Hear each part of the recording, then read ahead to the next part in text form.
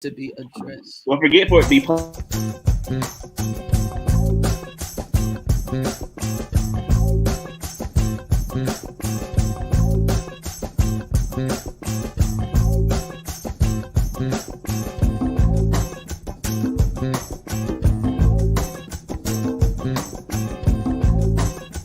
This is John Lee Dumas of Entrepreneur on Fire, and you're listening to Tia's Talking with Tarolyn Moore. You must be prepared to ignite. Praise the Lord, everybody. Praise the Lord, somebody.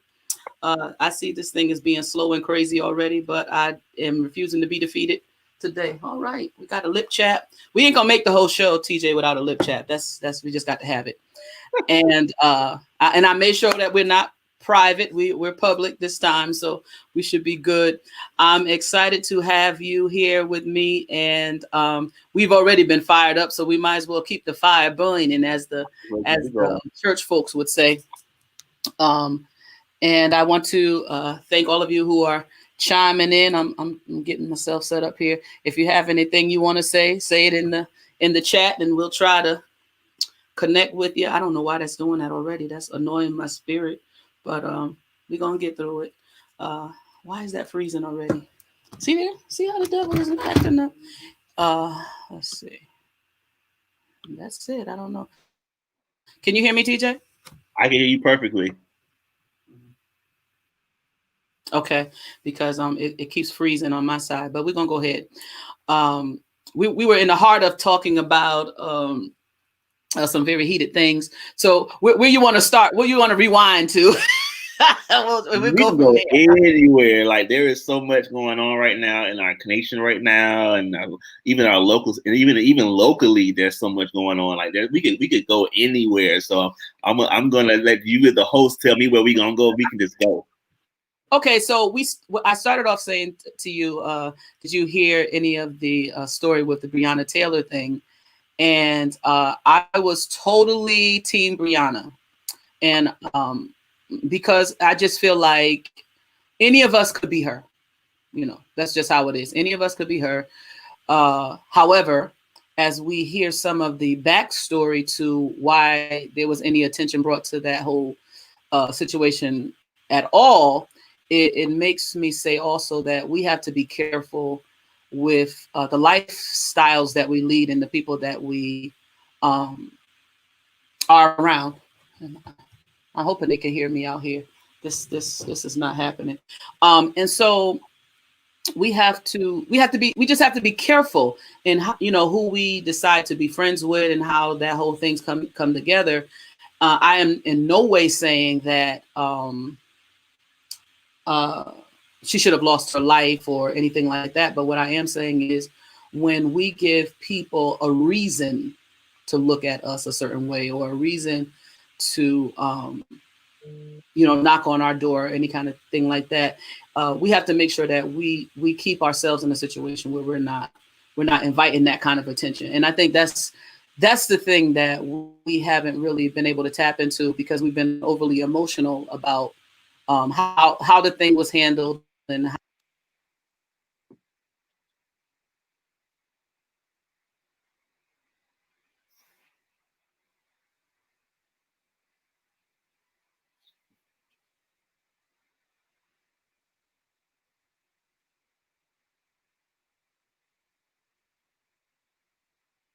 I think you froze, Pastor T. Can you hear me? I can hear you now. Okay. And so that's what kind of our dialogue was about, and just trying to figure out what people that are watching are thinking about that as they watch the news. What's the update? Because I didn't hear the news about what the new background information. So what's going on? Well, okay, so they started off by saying only one of the guys was going to get any sort of, in trouble-ish for it. So they let the other two guys go. Because I'm not sure why, but this is our system that we're in. And then what they're actually going to indict him for is not really her murder. They're indicting him for like shooting recklessly, and it could have endangered the people next door. It's something stupid. Oh yeah, okay. I was seeing posts about. I saw a post that said I'm paraphrasing. I think the post was something like, "Imagine being indicted for shooting someone, almost hurting a neighbor when you killed someone else." And I'm like, "What are you talking about?" So I didn't hear that piece. Yeah. You know what? And for me, what I thought about, especially after hearing some of the things I heard, was the fact that I keep going back. Even last week, talking about the way the system is right now. Like our system, the system that we have that we're operating in are broken. So it's very difficult for us to navigate, trying to, correct or course correct within a broken system. You can't course correct inside of a broken system. You got to actually fix the system before you try. And then when you're fixing the system, all those other things that you see are wrong. But we're not doing that. And that's almost part of American culture is we course correct stuff that's already wrong. Like embedded foundational wrong stuff. We try to course correct within those systems that are just not right anyway. And it never gets us anywhere. And it never will get us anywhere because the system is messed up. And you got to break that down and rebuild that. Ultimately, the root is wrong, and we're trying to fix the leaves on the trees. Right. To me, that's crazy. That's crazy. I mean, it is. It really is. It is, and I'm not sure. But this brings me to my other point that I wanted to bring up to you tonight is the whole idea of voting. And we had this conversation last week when you were saying that, we understand that some people of color would feel like vote for what? And I even said my street still has potholes. My car hits them every time because I went to a certain school and I'm not smart enough to drive around them. And our school system looks the same. The high school that I graduated from has a pretty exterior. The facade is great. And when you go inside, it's the same high school with the same books and floors. And so we have a systematic problem. But and for us to say that our vote doesn't matter, it matters when you vote and it's like faith and works. You vote and then you become a part of your community, and then you go to these meetings and you meet these heads of things because these people still have to be voted in, right? We still have to vote in a board of directors for the Board of Ed. We still have to, at some level, somebody's voting in the person that runs the Board of Ed. Somebody's voting in the person that runs the police department, and somebody runs. We had a mayor election, so we can't say that our vote doesn't matter. It's like after you vote, then what are you going to do to hold people accountable for the things that you want to see that immediately affects you and your family? And that's where people miss the message, because they think voting is the end all be all to whatever we're dealing with. And that is just not how this works. Voting is a step in the process of making our voting heard. But after that, you pay taxes, so you got to attend the Board of Ed meetings. I go. I don't work for, but since I pay taxes here, I go to the Board of Ed meetings. If I feel like I need to see, if I hear that something's going on, if I'm concerned about what's going on with how our city's budget is being due, I go to the alderman's meeting. I've been we got to do all of those things. And then I know we all have busy lives and we work, but there is a space, especially now where everything's virtual. We don't really have any excuses because all the meetings are virtual now. So we don't have to get in our cars and go to these alderman meetings. We don't have to get in our cars and go to the Board of Ed meeting. Literally, we gotta go to find a link and participate. And that's all we got to do. We can be in our jobs. We can be in our cars. If we really want to engage, we have avenues to do that. So, but voting is a step. It's not the end all be all. So, would you say, because I don't want to be hasty in my opinion of my people, would you say we're just not interested, or are we ignorant to how we can be impactful? Or because, as a pastor, let me just go there for a minute. As a pastor, we were home for almost 6 months and I still didn't have people that signed in to Zoom. Mm-hmm. And I say to myself, well, where else could you be? Well, so, and then we have the vote to whether or not to send kids back to school, and everybody's saying, oh, it's a high rate. People want their kids to go back to school.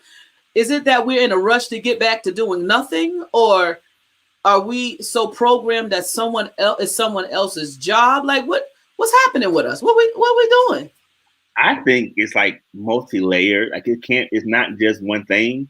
Like Okay. I think that, you know, we do have the whole idea of the systemic oppression that's made us feel like we're subservient to the system. So we're just really just small parts of it that really don't make a big difference because we're only 12% of the population. So really, what can 12% do when the other 88 are not us? So we have those type of things that are coming at us. But then we also have, I think there's also this level of a sense of arrival, because we have a generation now who's been removed from the civil rights movement in a sense. So they feel like, well, you know, y'all already did that. Y'all already fought that. Like right now, I'm good. I'm living my life. I got my Jordans. I got my PS5. I get what I want. What do I really need to work for? I really don't like. So we got all that stuff going on. Then we have the people who are my age who have, you know, and who reached some level of success, like, you know, and because we feel like some of us feel like, well, I did it, so you got to do yours. Like I did what I had to do to get what I need to get. So there's a lot of different things going on. Our community is so multi-layered in where we are. Yeah. So it's different, and especially and plus, I mean, when you've been quote unquote felt to feel like you are oppressed, or you have to serve, or you have to do something, we are the culture. We buckle against that, no matter who it is, whether it's the pastor telling that, you know, telling us quote unquote what to do, how to do it. Like people buckle up because there's a level of I ain't nobody's slave. You ain't gonna tell me what to do. Like there's a level of psychological warfare going on within us, where we really need to understand really what we are here doing. But it's hard when you're dealing with all these different nuances of oppression, of arrival, of ignorance, of all these different things that play a part. I don't think it's just one thing. You can move around. And that's that because listen, I'm gonna be transparent with you. There's a certain mentality at this point in my life. I don't want to be around. I don't want to talk to. I don't want to go out to eat with. At church, I love them because they love Jesus, but I want to keep the conversation very short. And so I get it. Like you're saying, when people, it's in the other room. When people have, like you said, they have gone to school, or they have found a way to make their life better financially and economically and educationally. Yeah, you find a new circle. But what, you know, especially when you don't have children. So, you know, there's certain things that you're saying, well, I don't really need to get involved in. But for the overall betterment of the community at large, because again, if there was someone to arise to say, I'm the voice for Black people, Black folks would be the one that's ostracizing and trying to play that person. He don't speak. I've heard people that have had family members killed in the city, and the clergy showed up to, you know, try to bring some attention to it. And I've heard those victims' families say that they don't speak for me, you know. And so, but at the same time, I'm like, you don't speak for you either, because when they're making decisions downtown, you're not there. And there's some people who they might seem obnoxious and rude, but they have a seat in certain places that you're not going into. So I don't know what it's going to take for people of color. It seems to me like the more successful Black people we have, it seems like the more non-unity. The unity don't come together. I think it's on this wall right here. It's in a plug on this wall right here, on that wall. So I don't know what it's going to take for us, because after George Floyd, there's still Black men being killed while all this media attention is going on. Poor Ahmaud Arbery, we ain't even heard nothing. Have you heard anything? Because I didn't. It's like he figured. There is nothing going on. But think about it though. Like I'm looking, like even right now, you know, I'm thinking about our mayoral election of 2019 and how only 18,000 people voted. And I know New Haven has more than 18,000 people. I know we don't live in a city with just 18,000 people. No. Like, and you think about information like that, where the person who directly affects and impacts how you live day to day, like president, whatever, he has an impact, but he's more outward facing in terms of global, whatever. And that's a level that we do have to deal with, but it's not as immediate as what we deal with directly in our mayor, in the city that we live in. And to know that only 18,000 people voted. I'm sorry, less than 18,000, because I think the number's around 17,300. Like, to know that that's all that showed up to vote for that person. Right. That directly affects your food stamps and your Section 8. Okay. Directly impact. All right. Listen, because if anything that's directly affecting my food, I'm gonna show up.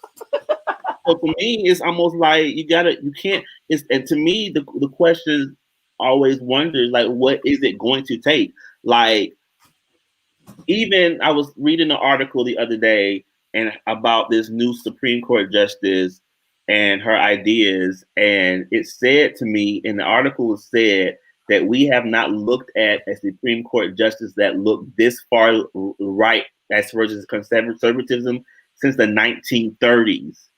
And I asked the question, so this must be the America that was supposed to be great again. We're striving to be back in the 1930s again? This is the America that was supposed to be great? This is the greatness that we're supposed to be striving to? The 1930s? Because that's where we're going to be going when this new Supreme Court justice gets put in. We are literally going to be going back to a time when the deciding members of our judgment, like the ultimate judges of our nation, was dealing with stuff, and that was the 1930s.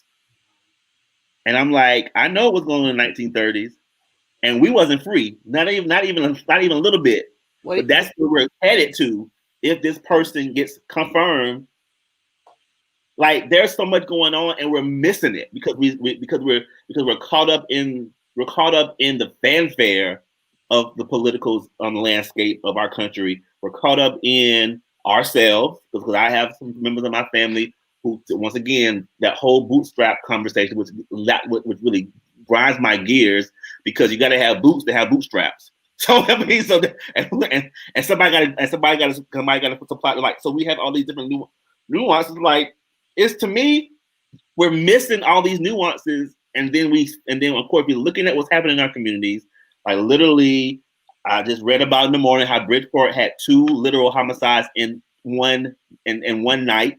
Like, that stuff is happening around us, and we don't see or feel the urgency to become politically engaged, because we don't understand how political engagement literally impacts our life, like the ability to actually breathe, to live, to all those things that are requirements for us to exist, and how that plays a role in it. And now our inactivity gives permission for some of the stuff that happens to us to actually happen, because we don't think it's important. Silence means consent. Silence means consent.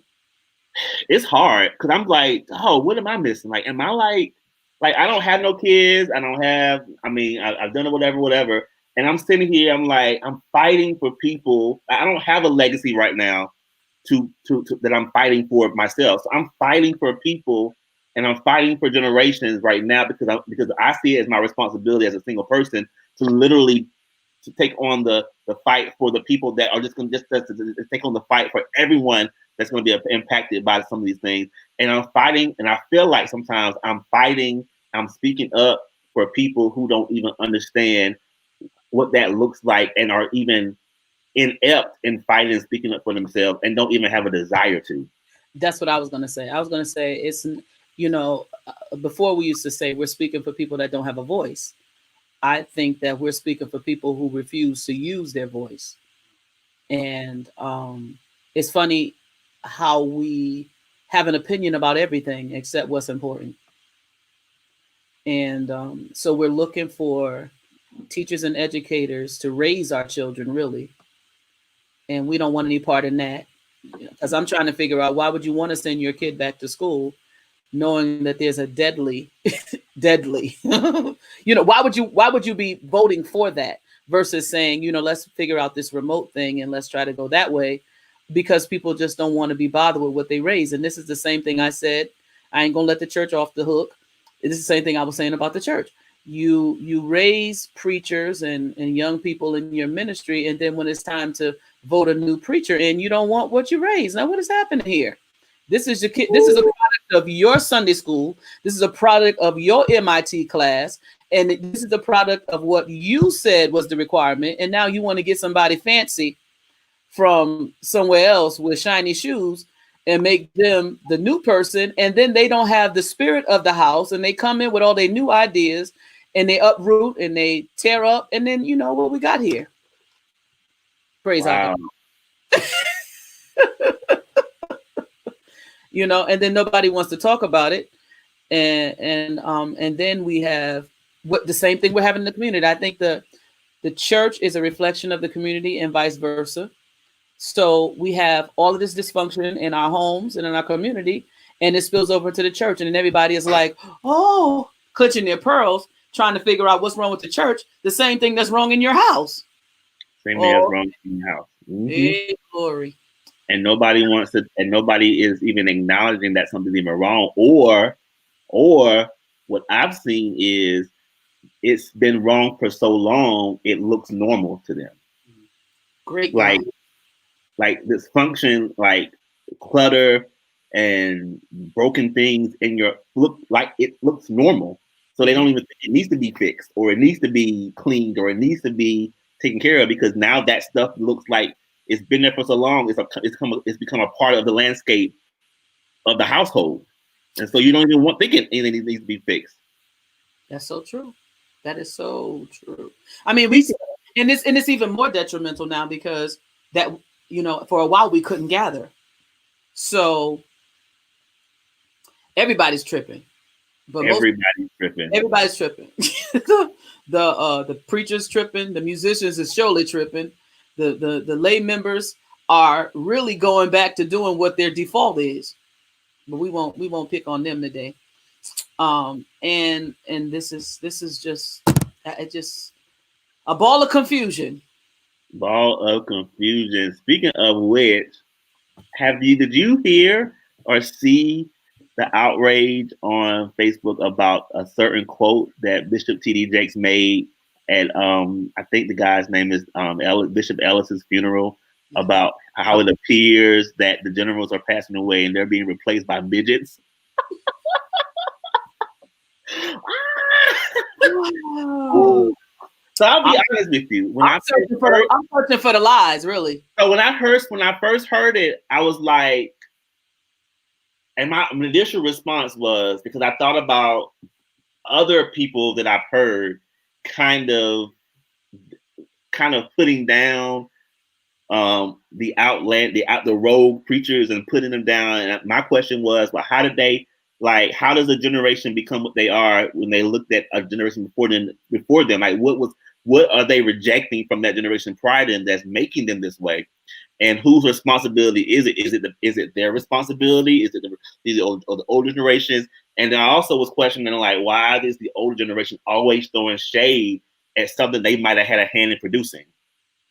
And I asked that question because I was like, is that really what it is? And I also a bishop friend of mine who is like one of my favorite preachers in the world, he kind of challenged me in some of the thoughts of what I was saying.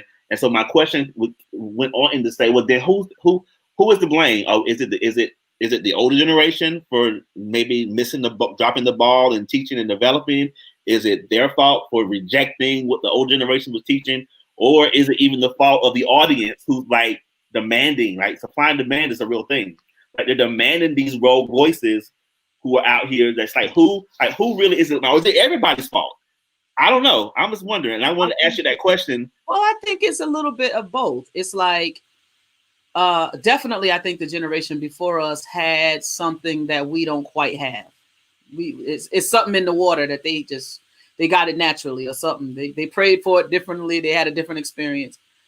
But again, I'm from that train of thought that says everyday life is not too different than what happens in church. So we have preachers who allow people to see too much of their humanity, too much of the game. And so if you let somebody immature in on a mature game, they're not ready for that. And eventually, like in a household, parents that grow up smoking weed and drinking with their kid, eventually you're not going to have no respect. There has to be a line. There has to be a line until that kid gets mature enough. And still, listen, I'm 40. I'll be 46 this year, and I have them laughing all the time. I said, if I got pregnant at this very moment, I still would tell my mother, I don't know how it happened. I ain't gonna lie to you. That's where I said. Cause I think I saw immaculate conception, because we just let people who are too immature see too much stuff, and I'm not saying that it's what we're doing is wrong behind the scenes. I just think that a lot of things that happen, the engine of church is not for the faint of heart, and it's definitely not for babes in Christ, and it's not for people who have not had their heart pricked by God, so that they can learn the balance. Like, I see what y'all have to do to make this work, and I see what's over here. And sometimes those two don't need to intersect until the person, they may be gifted, but they're not mature enough to handle. And what Bishop Jakes says, I agree. We have a lot of boy and girl leaders because there's no maturity. And I'm gonna lie. Yeah, and I wasn't ready. I was not ready. But also, not only was I not ready for what I saw, I wasn't ready for. I just wasn't ready. So I get it. And for me, the response was like, well, I need to see something. I need to see integrity behind the doors and in front of those. Until I see it, I don't want to be. Not the integrity part, because I think that part should be even killed. But I think that certain conversation, like especially for male pastors, because women pastors don't want to be bothered. They be stuck up and don't want to have nothing to do with you. But and I think that's a lack of training for women preachers that's different than male preachers, because just women that's been in ministry a long time, they usually are not very connective with younger women preachers. Mm-hmm. And if they are, it's not with the Bible, praise God. And then for male preachers, you get more of a community of guys that's hanging together. You find somebody that's preaching like you like, and you get favor with them, and you're hanging out, and they dropping little nuggets here and there depending on who they are. And but along with those good nuggets comes, I'm just a dude. So this is the dude side of me, and I don't think a lot of young men need to be with the older men when they're just being a dude. You got to find folk that's on your level to be just dudes with, until these young guys grow up enough to know it's not a game. These folks is not coin machines, and really have some integrity as far as what God called them to do. Because we have a lot of gifted folk who have no integrity, and that's a whole mess. And it's also another part of the conversation, but I get it. I was just wondering what you thought about it, because I've been hearing about it. I've been seeing the people get offended by it. I was like, why is everybody offended when that's not far from the truth? Because there are people who are leading right now who absolutely have no business leading. Like, but here's the other side, right? We have a whole bunch of people who are showing their immaturity, because clearly Bishop Jakes is a general. Clearly, he's a general. So if you're not on his level, I think Prophet Cook said this one time, if you don't have my assignment, then you can't really critique me. If there ain't nobody calling for you, you don't understand the choices that I make. Right. Or seen the things that they've seen, because they've seen things that no one has seen that they can't. You can't discount. That's really what the bishop was telling me. Like, there are things that he's seen that probably gives him that breadth and that depth to make that statement, but also make it in a context that really is a truth versus shade. It's not shady. It's not. When there's a level of truth connected to their experience and their perspective. Very different. But you know who's offended? The midgets. Right. You know who's crying? Who's crying? Oh, he picking on us? The midget. Because if you're really about your business, and even if you are a midget with right integrity and a heart after God, and you're praying and you're in the right place, you ain't gonna always be one. Right. You're not gonna always. And he's really and this is old school church. You got told you was a midget. You got told you ain't had the Holy Ghost. Then you got told you wasn't a prophet. You got told, and so to me, that was iron sharpening iron. That wasn't a time to whine, cry, and give up. Right. And I think that's something that's been missing because there's no level of understanding, because I think the one thing that the generals did miss is they were active teachers, which meant they never ever really explained their methods. Right. So the methods were not so when the people people like me, or I guess people who are now in our age bracket, when they come up, like there are people like you who got it. Okay, so I understand what's going on, and you analyzed it. I'm like, I know they love me, so that's got to mean something. So let me just not go off. Let me just figure out in my own head, my own self, my own prayer, my own time. There has to be a method to this. That's why they're doing it. Why they talking crazy to me like this? Because they can't. I know they love me. My bishop came to my anniversary at the church that I was at, and I had my cell phone plugged into the pulpit. Right. He came out the office and said, "Whose phone is that?" I said, "Mine." He said, "Take that out of there." I took it out of there and sat down. Now, I knew it was disconnecting me from the musicians and everybody else. I had the phone off the hook. I didn't even take time to explain that. I unplugged it and I left it alone. I went to the first convocation, had a good weave, TJ, a good weave. And he said, get a doily from mother. I said, oh, okay. And I did. We laughed about it later because I was just like, this weave cost me a lot of money. I'll put no doily on this here. But I didn't complain. Right. But you understood the method. And I think so as a teacher, somebody my educator hat on, I think sometimes, there are students who get it and you don't have to explain methods so they understand it. And I think the one thing that was missing, and I think that thing that they could have done better, is there are people who still had the potential, the midgets who didn't leave, the midgets who left, there was a level of potential that they left with, that if they had understood why, they probably would have stayed and then they would have been grown out of that whole midget mentality and become. And I think that's what's been missing. And now it's hard to backtrack because now they're out there doing their own thing, roguing it out, doing stuff wrong, trying to emulate what they did see. Yes. Without understanding what really but here's the other thing. Unfortunately, those people who are want to be grown too soon, that's what they called it, want to be grown, want to be at the big people table. That's fine. You can go out there and rogue it, but you're still going to miss the impartation. And that's the part that I think that the roguers don't understand. Yeah, you can pay to be on a platform, but how long are you going to stay there?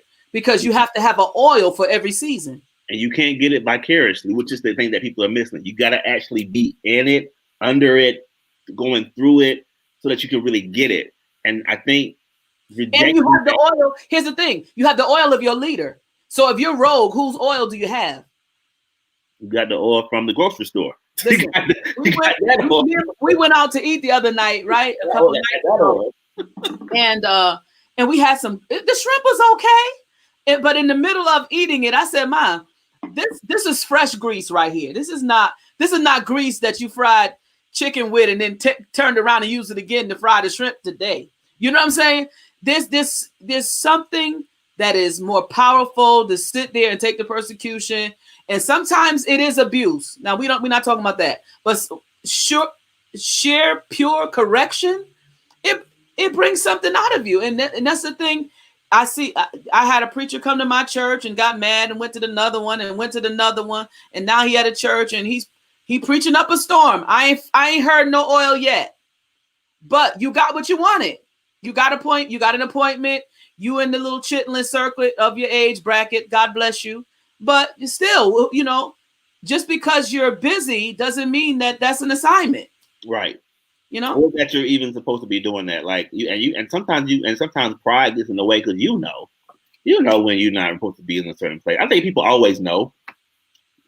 And if you don't know, you're narcissistic and you're a sociopath. But I think most people really do know, but I think pride kind of keeps them from admitting dang, I probably should have shut this down and go have a conversation and really get an understanding so that I can get back in place. Well, here, this goes back to the conversation we was having a minute ago. When Bishop Benji Watt said to us at seminary one time, he was like, "Hungry people eat anything." So he was like, "Don't think you're dope because people are patting you on the back and saying, 'Oh, what a good sermon and what a good song.'" He's like, "Hungry people eat anything." I've seen we both have. We especially now we scrolling through churches. Praise team suck. Oh my God, I hate that. I sleep in because I don't want to, like my Facebook live in the morning. Like, oh my God, Sunday morning, I just don't have the energy. So I'll be like, God, I'm not. I wake up. I'll come back at 1. I come back at 1 because I can't do all of this. This is what people do. And guess what? You got people up there screaming and hollering, praise and worship in the wrong key, the whole song. And you mean to tell me the pastor, the minister of music, the band don't say it? Listen, I used to play, right? So even if we practice in one key, bong, bong, bong, if you start singing a song in the wrong key, I'm going to have a holy Baptist finger to the band. And I'm going to say, let me find the key. And then I'm going to say, let's go here to accommodate this non-singer at this mic. You see, but because everybody comes out of the gate, they sing one good song. It's like prophets. You prophesy one good thing. Now you got a business card in the Facebook page. You have to go through the process. You gotta go through the process, and the more I see that now, the more I'm understanding like how that looks and how it plays out when people bypass process and they go into an assignment incomplete. It's like me trying to start a school and I have never taught a class. I have never been a teacher in my life, but yet now I want to be like I want to be the founder or the principal of a school that I've never ever once wrote a lesson plan. I never wrote one. I never sat and I never worked with students before. I never did a small group. I never did a student teaching. I knew any of those things, but now because I've gotten some level of something from somebody who may not even be credentialed to even give it to me. Right. Now I have this thing, and now I'm open to school, and I have no experience. That to me is absolutely crazy, but it happens. And in church, every day it happens in church. Every day. You ain't even gotta even have a real like ministerial license. You can just go buy the 401(c) for the church, name the church, find a building, and literally open the doors, and that is all you have to do. But TJ, this is the worst part, and people fill it up, and people come, and it's like, whoa. Or they don't come, and because you have so much pride, you preach to two people you preach to the same two people. And literally, like I went to a church in Bridgeport, no name. I'm not saying no names. No names. Lord, I be want to say names so bad. No name. Literally,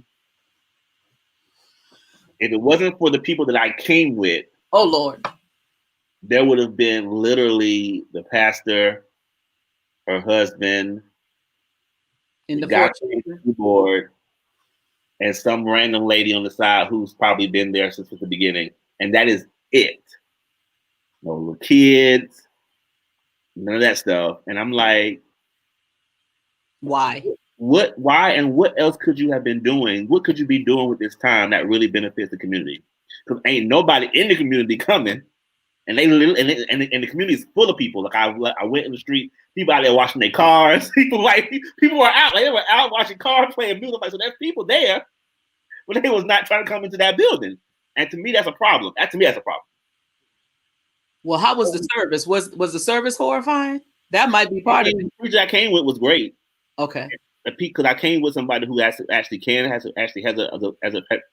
level of voice. Okay. But also the other thing about it was they invited the woman in and couldn't even really give her anything. They couldn't even give her like the gas money to get her here, and she flew all the way from a certain other part of the country to come. And I'm like, okay, I get it. I never understood that though. I never understood that. I see. Oh Lord. About nobody. Who are you bringing somebody from? Why are you bringing somebody in and nobody coming to see you? Like for me, from me. If nobody's coming to see me locally, I'm not bringing anybody else in for them not to come and see them. Like, that to me is crazy. I'm not doing that. But I think that especially in Connecticut, we underestimate local.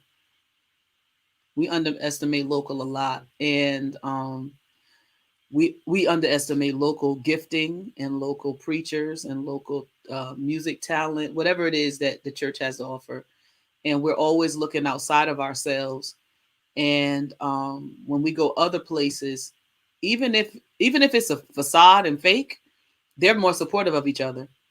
And we neglect local needs. Like, I'm pretty, like, to me, if you're in a community, like you're on the street, if you're on a street, everybody on that street should be able to say, this church has done something to impact my life, and I come because of what I see and what I've seen. And I learned that from my home church. Like, my home church, dry as all it could be, love it, but because they were community driven, people came. Yeah. And they came because of what they saw, the Jesus that they saw, the church presenting to them.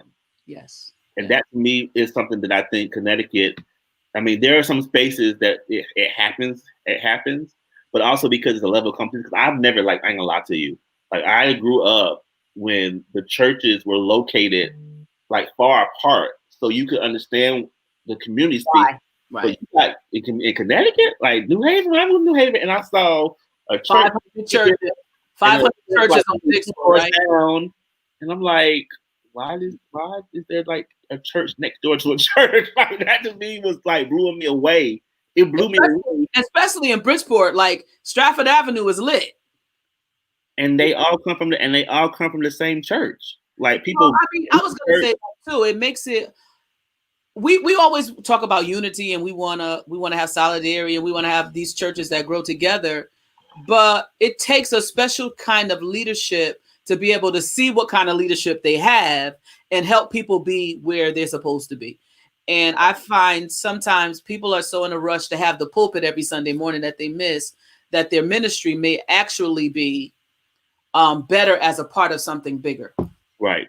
You know? And I never understand anybody who really wants it. Like, to me, when you call to something like this, that has to be something that's dropped in you and burning inside of you.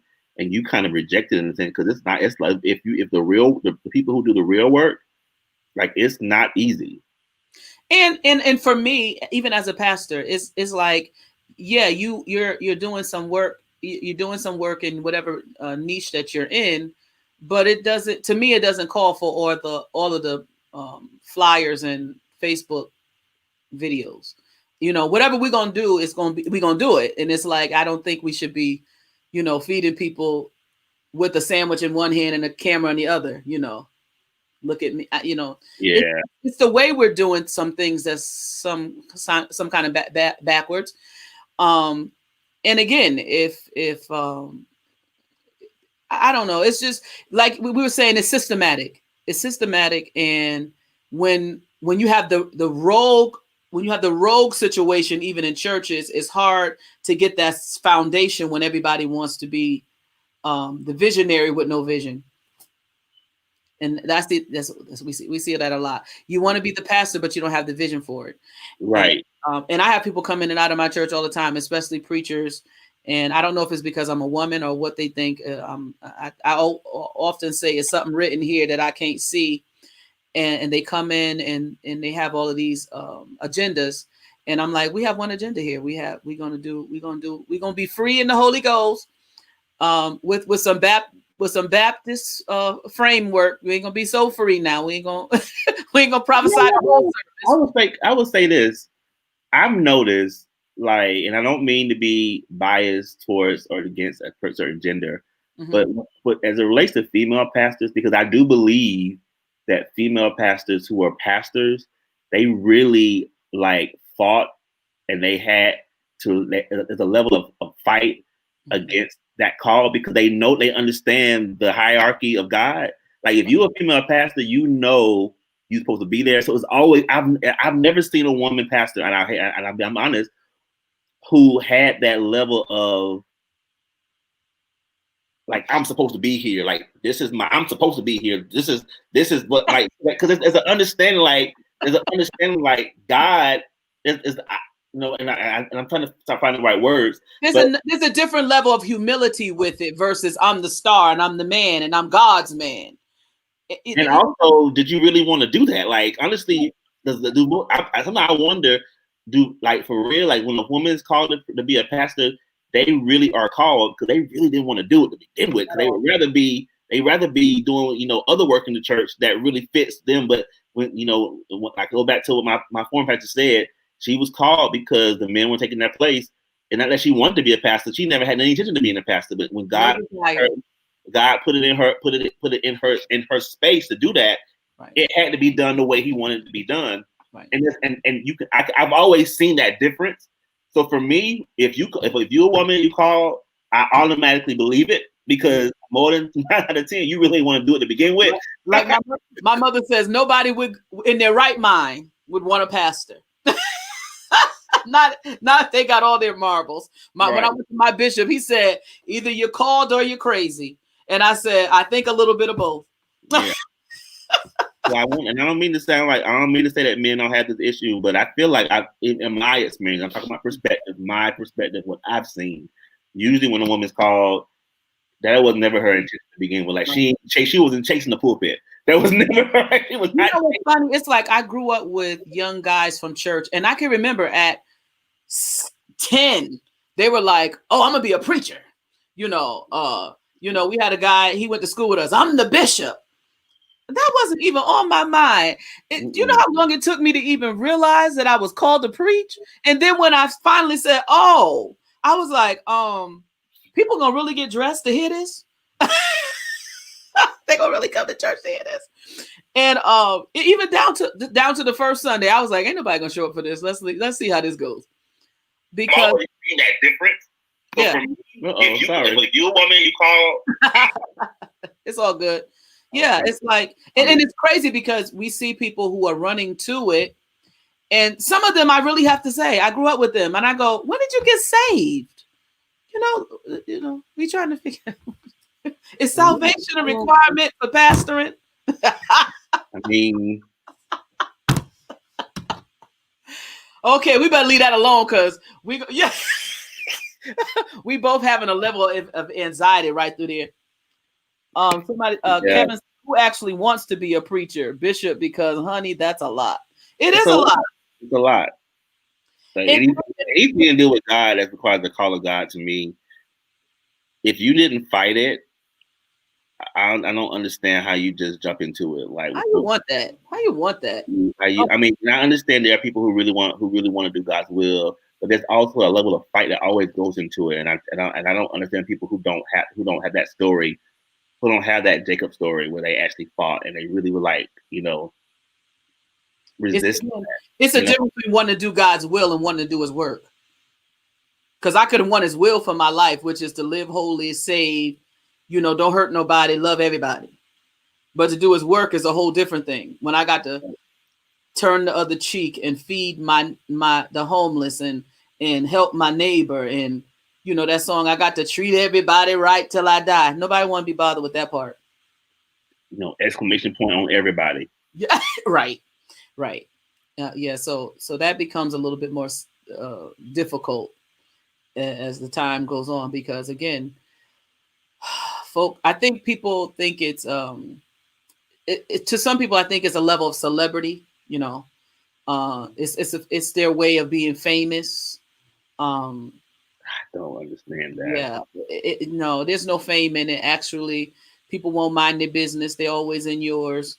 And even when you're not doing nothing wrong, they figure out some way to make you wrong. And it don't matter how good the idea, the concept, or what you're doing is. You'll have people in your own church that don't support it, and then you'll have people at another church that try to duplicate it. So you never really sometimes get to see how it comes together. Because you're always fighting within and without.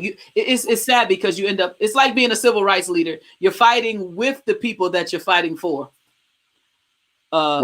They don't see what you see, which is often the case with every And that also, to me, is probably kind of the why these midgets are forming, because they never ever see what that person is seeing, and they don't, and they take it so personally, as if it's really an attack, when it's really the person just seeing something that you just don't see.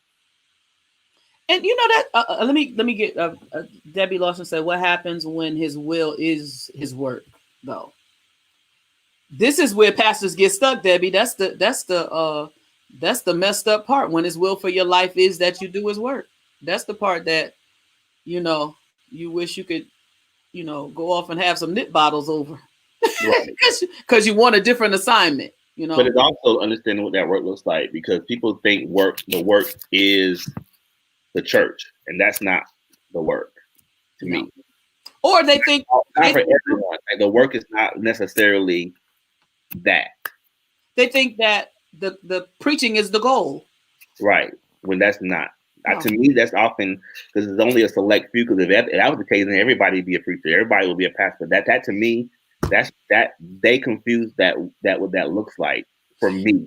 I think that even with the music, I don't see music as the goal. People think music is the goal. No, music is like a business card.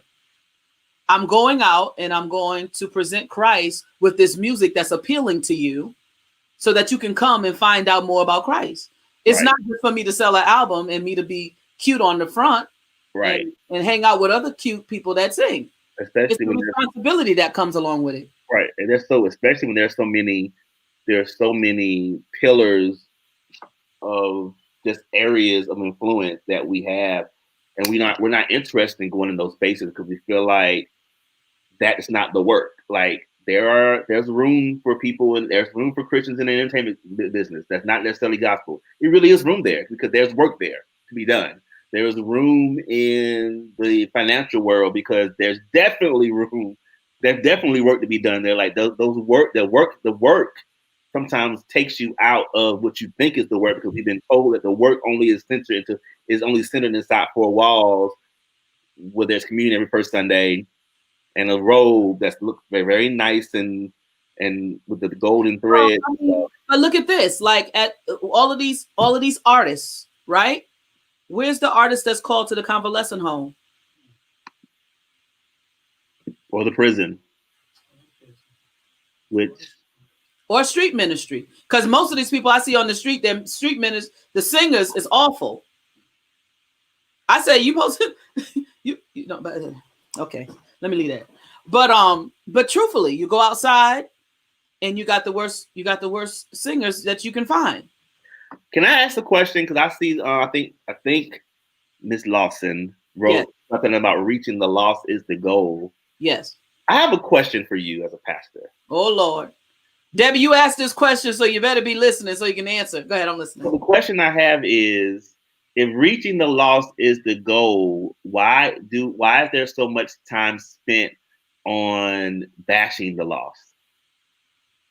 Like saying, like pointing out that they're lost, like making a point to like really like make an example that they're lost, broadcast how bad it is that they're lost, without really getting to know the individuals or getting to know the people to create those relationships. Because I know that as a teacher, I don't reach students because I'm a teacher. I reach students because I invest in building a relationship with them so that I can teach them.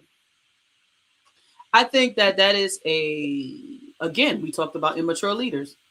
The people at the meeting place will tell you I'm obsessed with their development, because I've been in churches where nobody cared about my development, because in their mind I was already developed because I was performing the service. So why am I interested in your development when you are doing my praise and worship, and you're the musician, and you're the prophet, and you know we're not ever going to tell you that there's a preaching ministry in you. We want you to keep functioning here.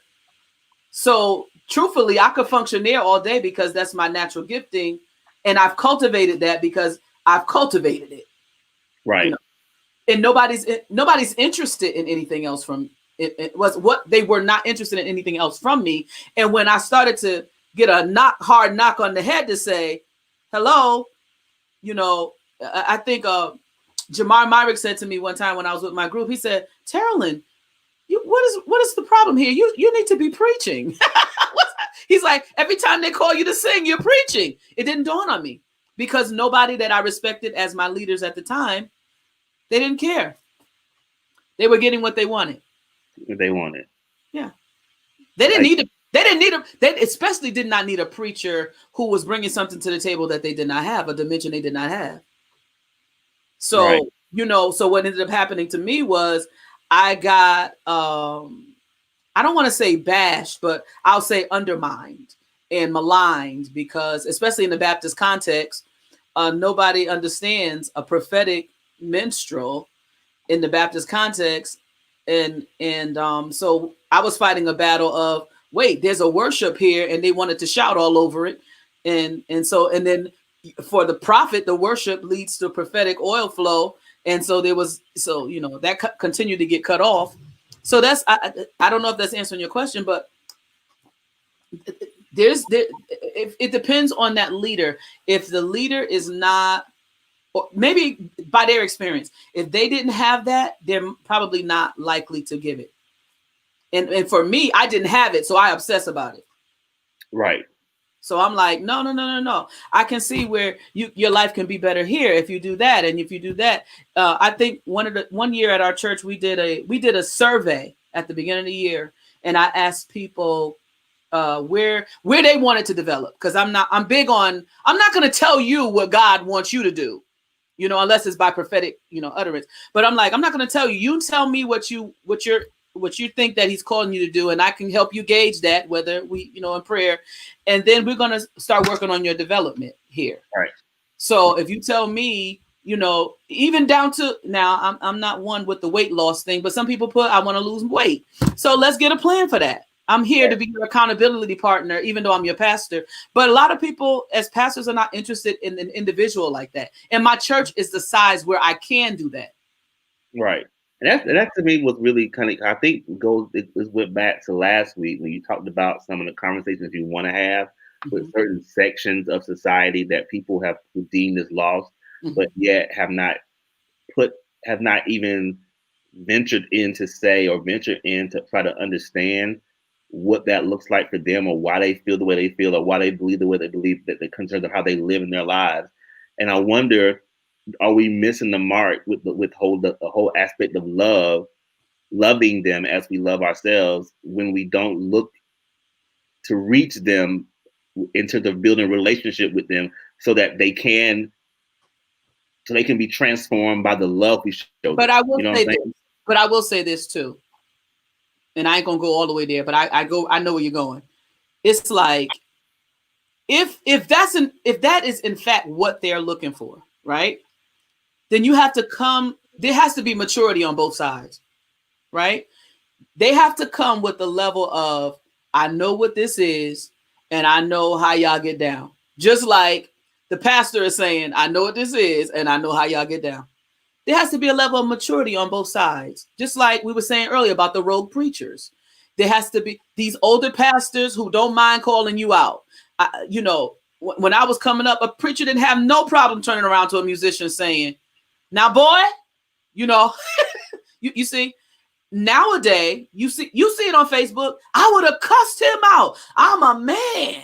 You know how they do that. Right.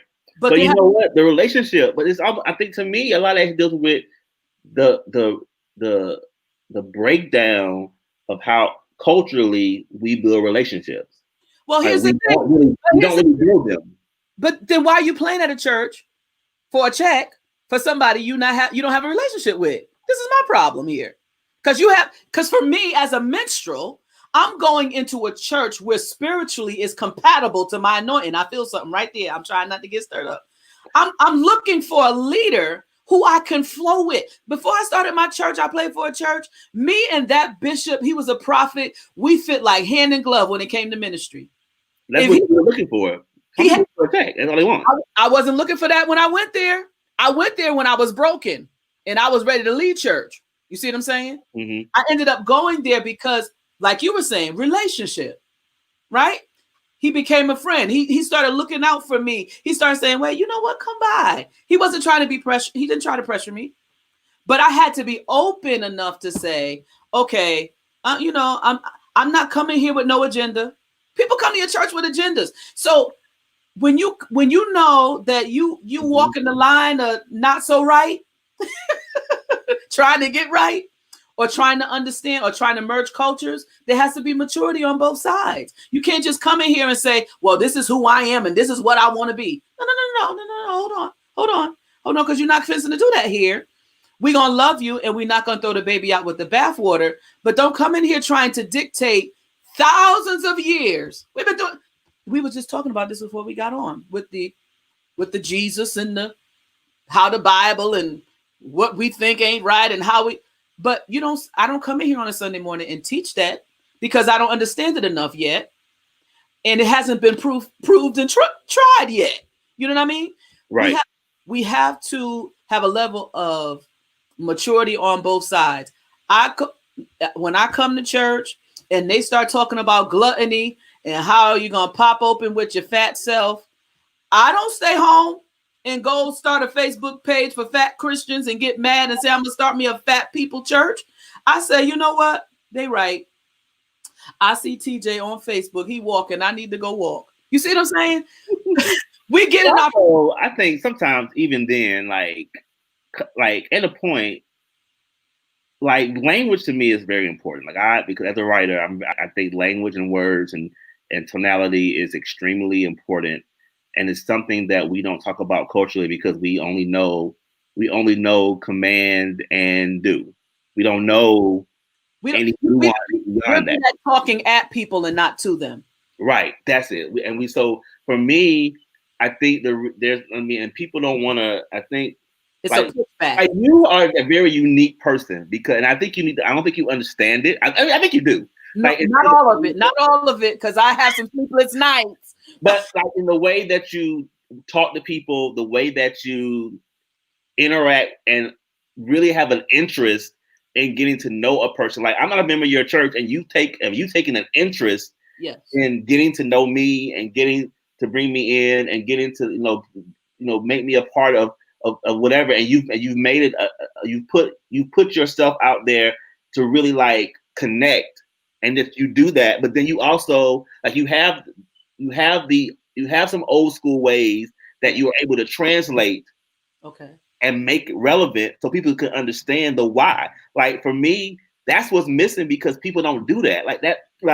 Like I hate to say this, but those people, they have at least what they're able to do, and I think it's because they've never dealt with oppression.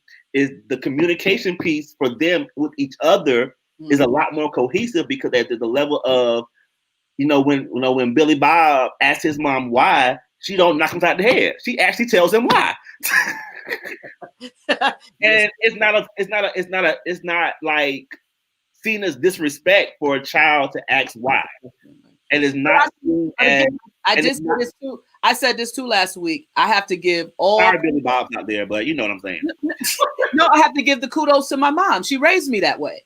She raised me in a way that my opinions mattered. They mattered, and I had girlfriends who I grew up with that their opinions didn't matter, and their mother talked at them and not to them, and so I have to give her credit for that.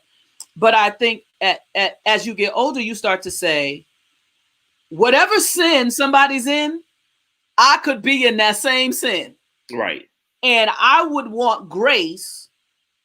So I'm going to give grace. Right. And people who are, I don't want to knock the people, but they're more apostolic and the prophetic people, they preach in a way that's so black and white that they don't give room for people who live in the gray area. Right. But we live in the gray. We live in the gray. But so the question wondering is, like, you were able to grow, like, I think your mother and the way she raised you also played a part of why you were able to survive in that. Because that's what you came up in a sense. You came up in the black and white. Right. You had a foundation of understanding of, I know there's gray. Right.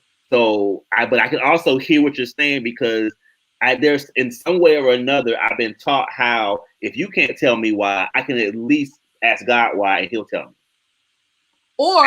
And so I can really like navigate your black and white with my gray. And this is why I don't understand when people who are black or white because you know you have some extremes. They either over holy or they ain't holy at all. And I'm saying, bruh, you got to learn how to balance your demons. Just come on, bring them together. Come on, just bring them together. Let's bring them together. And we get a good, we call it Baptist-costal, you see. And I tell people all the time, I'm like, yes, I prophesy. Oh, I could speak in tongue, but I was Baptist first. So don't go too far. All right now, praise God. Because I still stay in that vein. But it's like, you know, folks would say either you ain't saved or you're not holy. No, I think that you can be gifted and you can be saved and God can talk to you and you can have a problem that you really having a hard time dealing with. And folks who are black and white don't understand that you can be gifted and talk to God and have a problem because they either are not gifted at all or they came up in a way that they only gifted. They don't have no common sense. We don't hardly want to talk to them after they put the mic down. And we just pray that they just be quiet until God gives them something else to say to us. Right. You know, and so like I think even sometimes people have a hard time with this platform because I'm like, y'all trying to hide what the world plainly sees. Child, we knew Pastor so-and-so was gay from day one. I don't know why y'all playing with it, but he's an accurate prophet and he can sing to the gods. So now what we doing with him? What we doing? Are we throwing people away? And which also is the problem I think we have too. We throw people away and then we wonder why the rogues go off as soon as they go because the rogues often feel like, well, you're gonna throw me away anyway, so let me just go ahead and let me beat you to the punch. Because you're gonna throw me away, I'm gonna beat you to the punch. I have 100% assurance that if I was in the newspaper tomorrow, for whether it's true or not, 90% of the people that frequent my phone or frequent my life would be gone. I'm convinced of that. I'm convinced. And that's also the anxiety that people bring with them of the fear of rejection because of humanity and failure that we all deal with. And let's not even talk about the whole idea of cancel culture because even the world cancels people now. Like they ain't even giving nobody no chance. Like so of course the church ain't giving nobody. So it's like, dog, you can't mess up even nowhere. You can't mess up nowhere. There's like literally nowhere to be imperfect. And you know what's crazy? It's because you can have an awesome gift. And as soon as you mess up, they start saying, oh, gifts and calls come without repentance. And that usually comes from somebody that wants to be you. They ain't got no skill set at all. They want to be a preacher. They want to be a prophet. They want to have your skill set. And they just, you know, I hate this term haters, but that's what they are. They're just a hater, low-key jealous and envious. Some of them pretend to be friends, but they can't wait to get behind your back. And they really are just trying to degrade you and slow down your momentum because they know it's a momentum they'll never have. That's why when I hear people talk about, oh, Bishop Jakes preach, he didn't do too good tonight. Are you crazy? Even if he was, you know, incapacitated and on some sort of medication, he can out-preach most people. You know, yeah, you can't deny. I think people deny the undeniable. And they all make the it.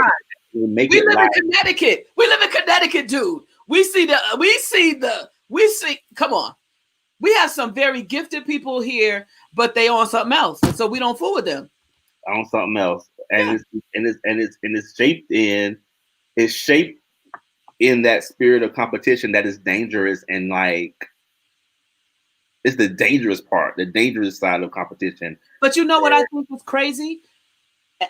Gifted people have been so shady and messy, right?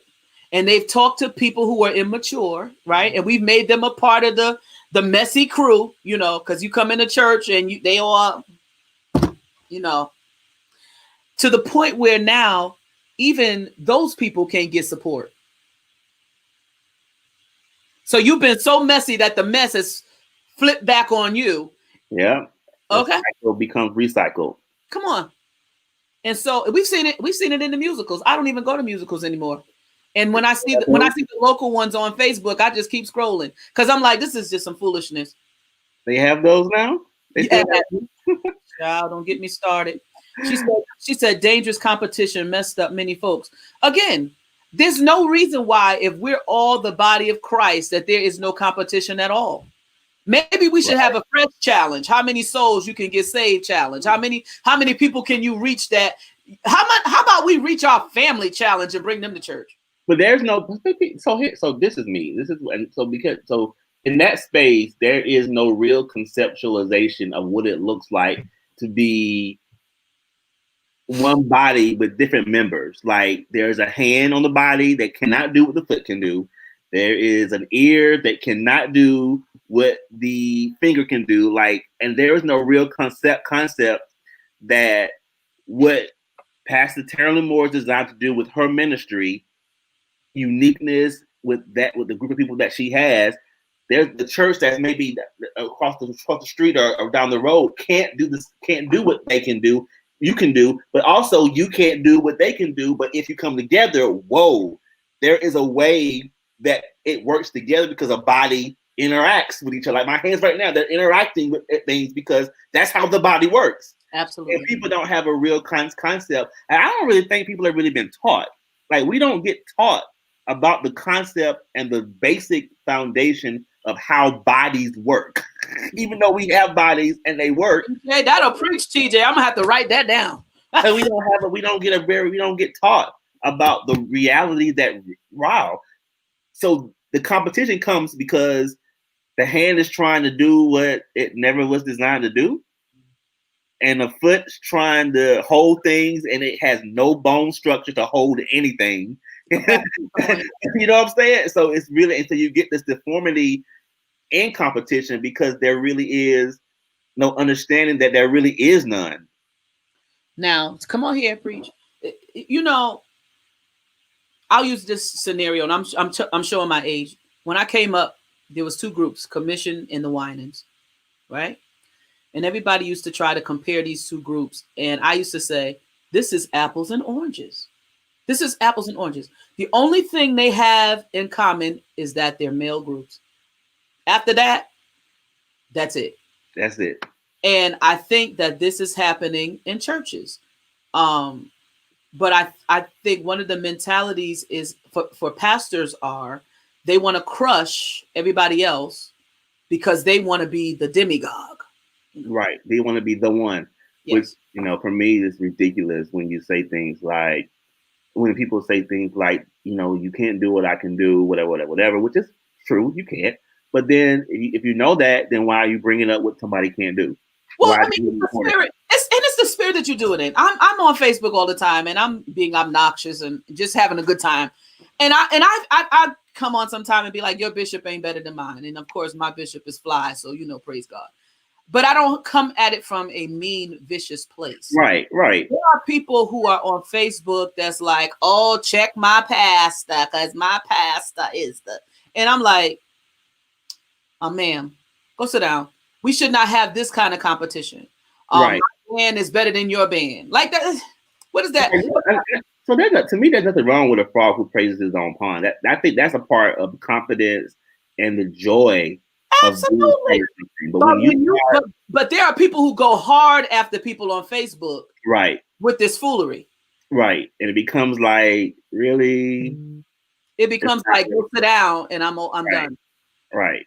And I think that's and also because of social media, where, like, once again, the nuances of whether it's like a fraud praising this pond versus somebody who's trying to step on someone, those lines are so often blurred because people see one thing as another, and people get offended when it's not really any type of offense to be had, which once again goes to why so many people were so outlandishly offended by a quote that was taken out of context, or or they had no context to even get offended by it, like that. And it happens like all the time. Like, but this is the culture and climate we live in. And this is why I had the problem with Sunday's Best. And this is why I think that Patti LaBelle and Gladys Knight, even though they're a lot older, they had a mature versus Erykah Badu and Living My Life, Jill Scott. They had a mature versus. John Key and our bishop Hezekiah Walker, they had a mature verses, and people really wanted to make that a thing. They wanted to, Brooklyn and this one. No. That's not what we're doing. This is not what we're doing. Celebration, right? Being able to celebrate the contributions that each member of the body, different members, right, also with the same goal, trying to uplift and build a kingdom of God that we all could be a part of and love and appreciate. But because there's such a level of toxicity in our country, and I think church in America, Black churches in America, we have become victimized and subjugated to this toxicity that is culturally American. we've let the world infiltrate the church, and not vice versa. And it's become and here's the crazy part, because in church, people don't see your value until they need you, or someone else, someone else who is like named echelon of whatever sees the value. Come on. You know how that works, because you'll be right here in Connecticut and they'll overlook you, won't invite you, talk about you, and then let somebody up the road say, I'm down with this one. I ain't gonna even be shading nobody who didn't know who I was or even thought about me until you invited me on your show. I'm just saying. Great God. But that faces, like, really? Right. I'm somebody now. Thank you for thinking that, but and they'll be the same ones who won't watch it while we're on. They'll watch it later. It'll be a part of the 1,000 people that watch, but right now it'll show 20, 25. Yeah, and so to me, that's ridiculous how we do that to each other, and we make each other feel like you got it. And that's why people, and I think that's why the midgets are clamoring for that acceptance, because they feel like the rejection that they receive or they perceive, because it's really perception. It ain't really rejection. They just didn't know what they were. They didn't understand why things were happening. So they're clamoring for this idea of acceptance, and they're doing it by any means necessary. Like, well, you know what? But I think that too, to get there, that too comes from a part of that midget mentality is you don't really know who you are, and I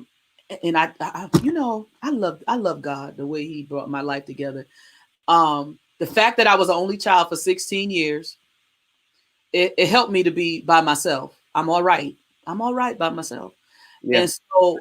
And then my mother's input, my stepfather's input helped me become a person that is, and I lived in the projects. Let's get that straight. Because in the projects, you talk junk, you got to fight. So now I'm like, what you gonna do? Whoop me? Come on, Cletus. Because I have a conviction and I'm gonna stand behind it, and you're gonna have to explain to me why I shouldn't have that conviction. Right. And that's where. And if you want to fight, that's fine.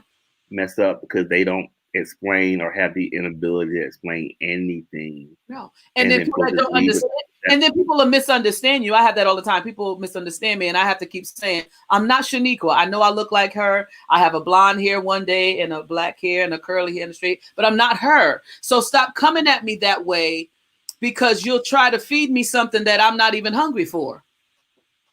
Or that you're not even designed to digest.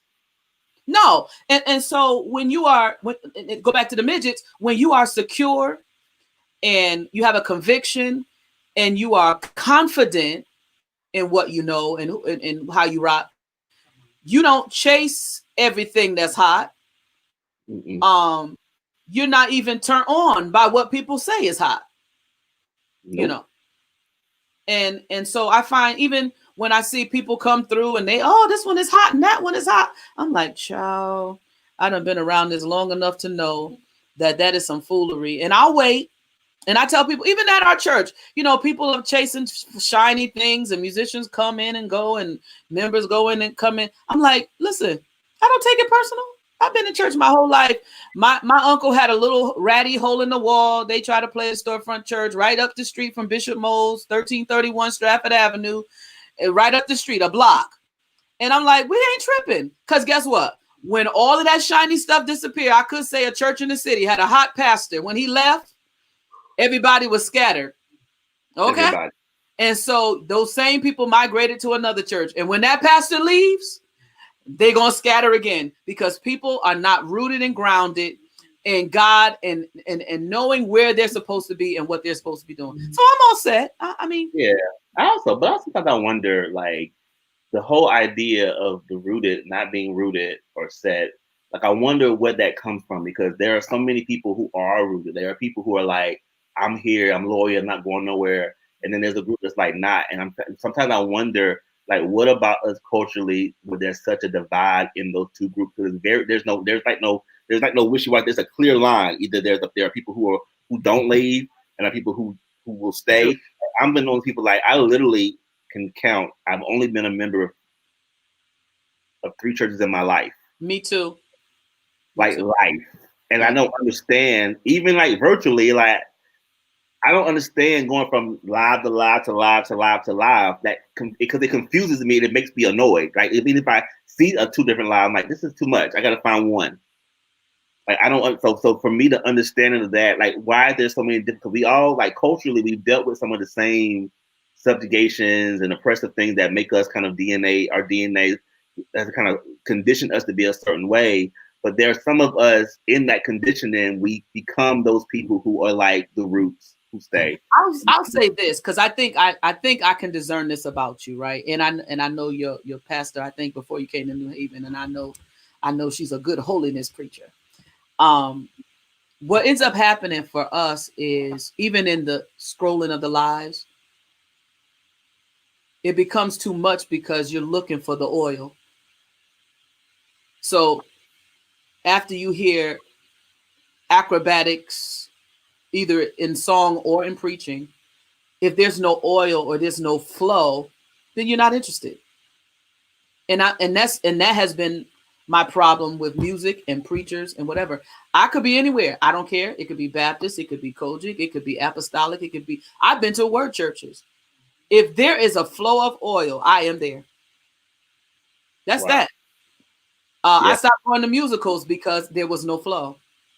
After the Revelation, Youthful Praise, Citadel of Love, choir kind of crew, I couldn't find it. So what am I going for? And I don't like to waste my time if it's not going to be, God consciousness, God, somebody.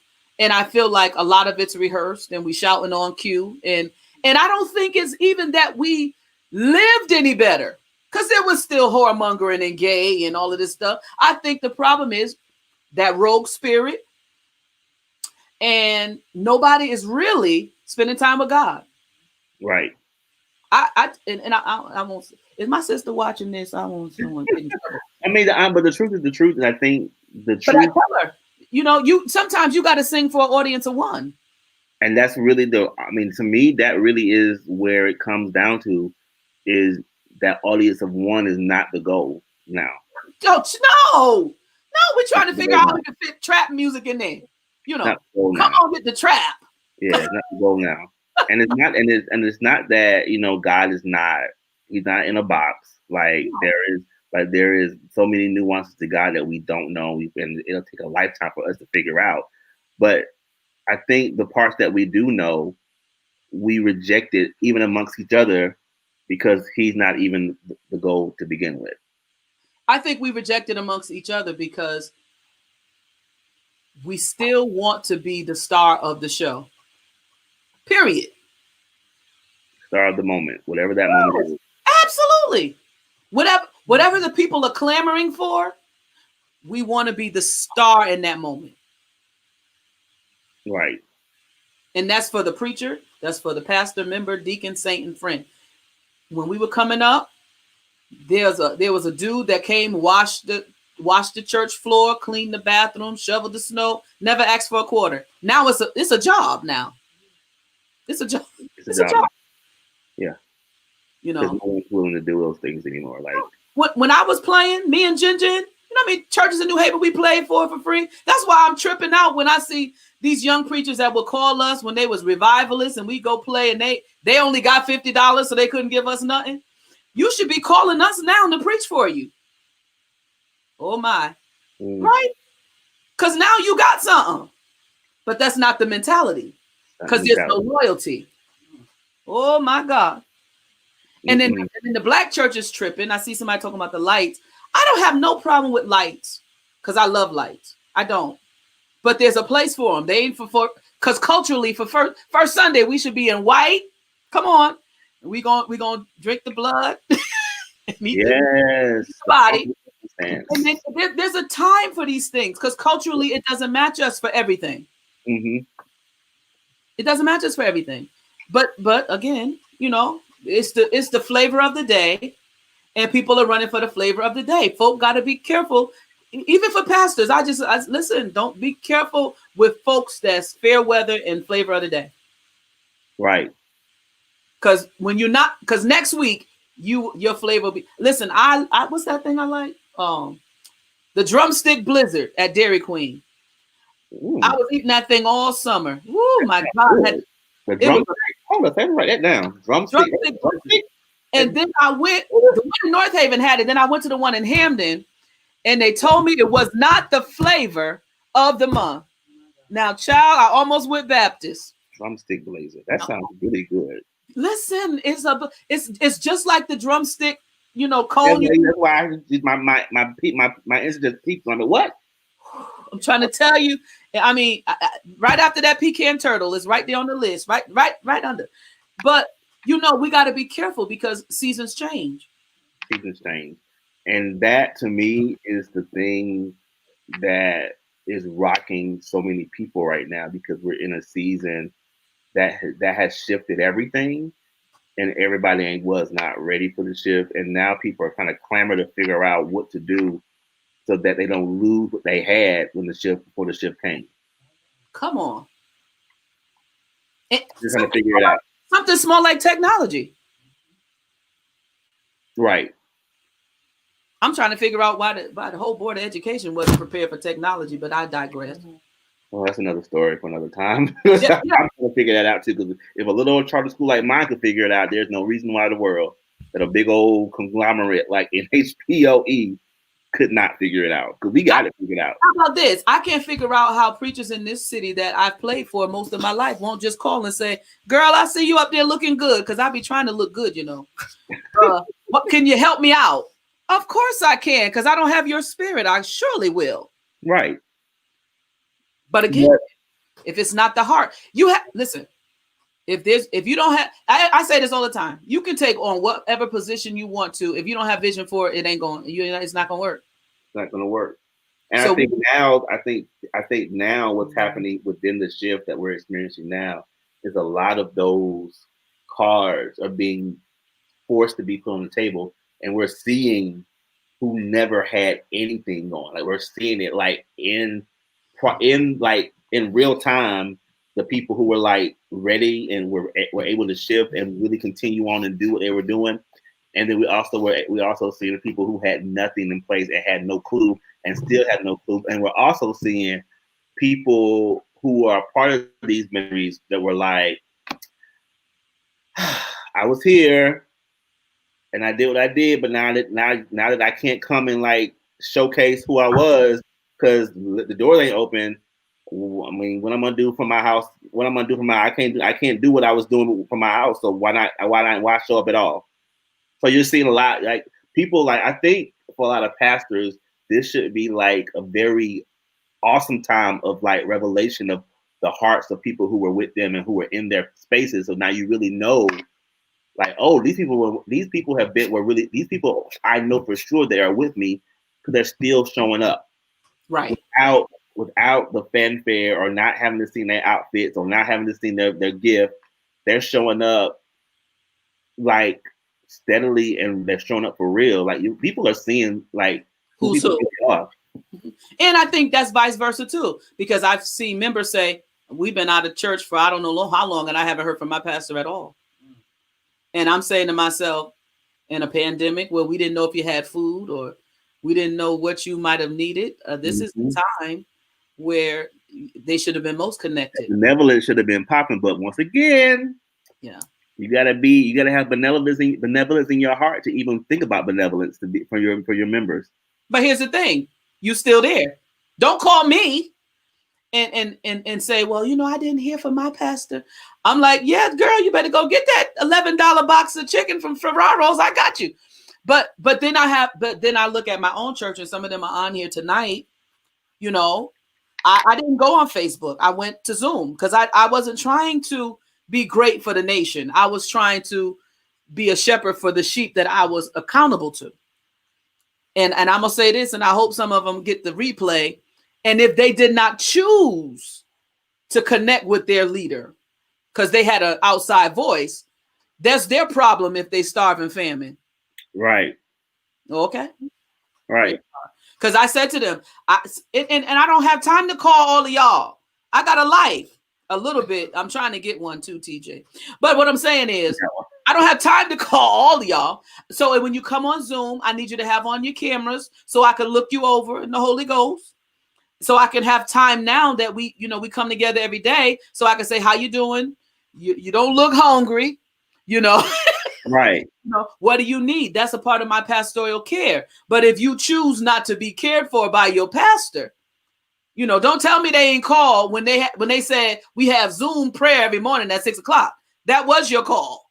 That was the clarion call. Yeah, the engagement piece is like, but then again, but that also leads to the conversation about just the strangeness of the victim mentality that's been indoctrinated within our culture that leads to all the other things we were talking about, like literally people waiting to be rescued, waiting to be called, waiting to be sought after. Like, and I used to be that way too, because I used to be that way. Like, I used to be the kind of person that be like, why you ain't feel me in the Holy Ghost when you knew, like when I was like sad and like going through things, I'd be like, I used to be mad at people. I'm like, you say you got the Holy Ghost, but you ain't know I was mad. You didn't know I was angry. You know I was sad. Like, how you not feeling me in the spirit? It's worse when they're prophetic, right? It's worse when they're prophetic. You supposed to be a prophet. You couldn't see that. Yeah, and God was like, Tavares, your phone works, and if they're your friends, you can ask them for help, and it not be a thing. Ain't I gonna feel you in the spirit? Know that you're sad. If you're hungry, just call and say you're hungry. If you're sad, just say, "Hey, let's hang out," because I'm feeling some type of way. Like spookiness mixed with like the spookiness of religion mixed with the insecurities of our humanity, where we're always wanting somebody to like find out that we're not okay. Like, just say I'm not okay. Like, but we talked about this morning, but that would cause you to have to be vulnerable, and we're not taught to be that way. No, we're not culturally. No, like, that was beaten out of us, honestly. Yeah. And it's hard. That's been one of the hardest things culturally to get back, is that vulnerability, and with that vulnerability absent of shame. Yeah. Like, we are made to feel ashamed if we need, because we were always inbred to like feel the need. We did it, or you need a little bit more Jesus if you're sad. That's what slavery was all about. We were fulfilling a need. Like, we were taught that's our purpose. We as Black people, if we can't feel a need, we're worthless. Yeah, because that's what we've been doing. But that's what we've been doing. Since we've been on this soil, American soil, we've been indoctrinated to feel needs, right, by force.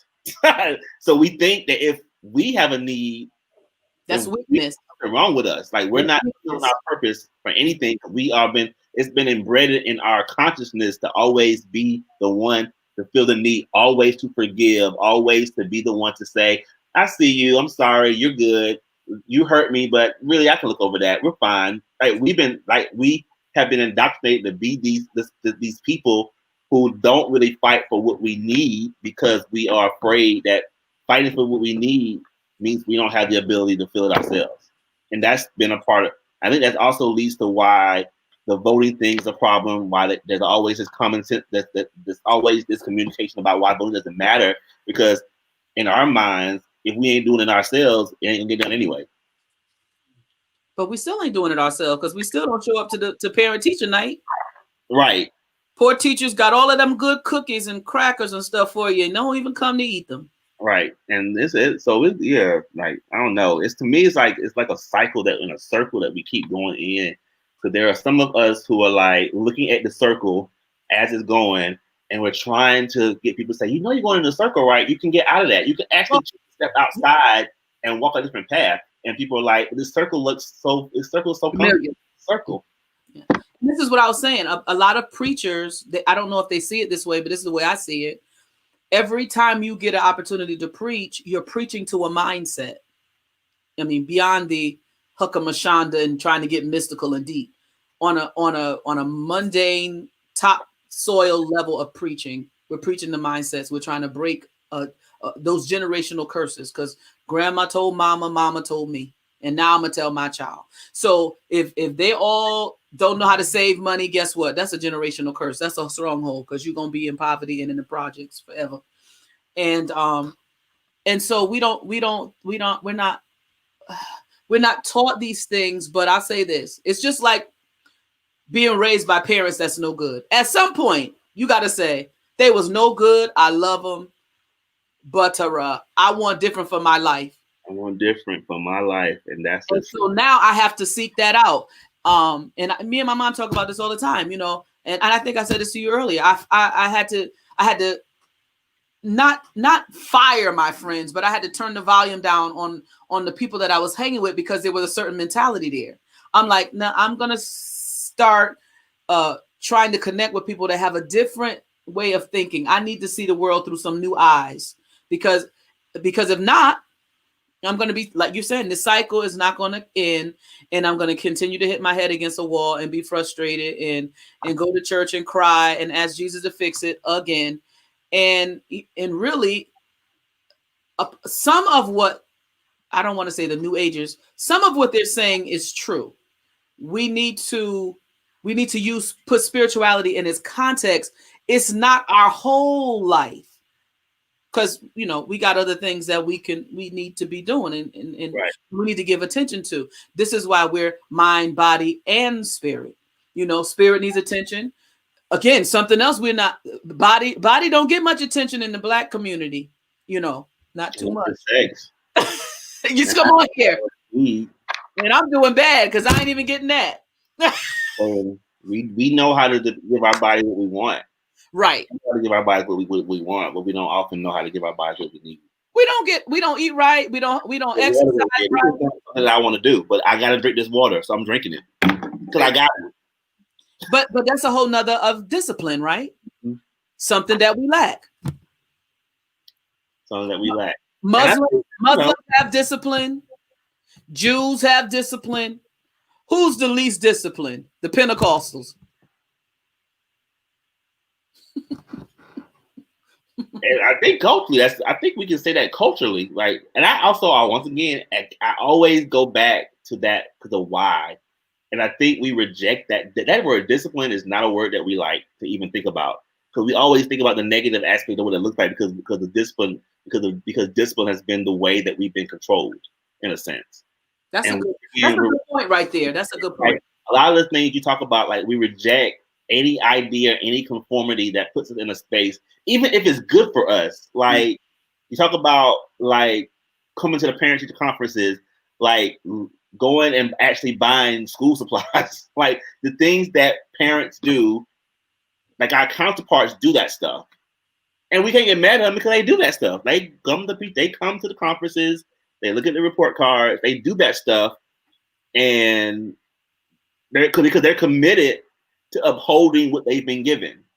Well, because children are our legacy. Right.